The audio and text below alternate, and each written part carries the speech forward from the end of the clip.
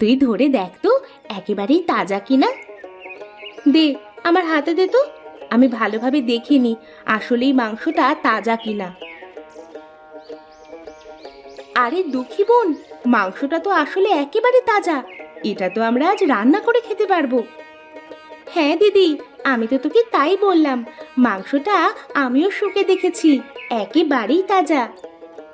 আমার তো ভাত রান্না হয়ে গেছে, এখন এই মাংসের টুকরোটা রান্না করি।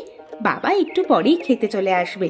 সে যদি এসে দেখে আমরা মাংস রান্না করেছি, তাহলে সে খুব খুশি হবে।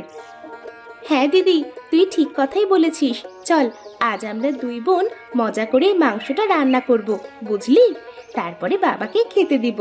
দেখবি, মাংস রান্না খেয়ে বাবা নিশ্চয়ই অনেক খুশি হবে, কারণ বাবার তো মাংস খুবই প্রিয়। হ্যাঁ, তুই ঠিক কথাই বলেছিস। আয়, তুই আমার সাথে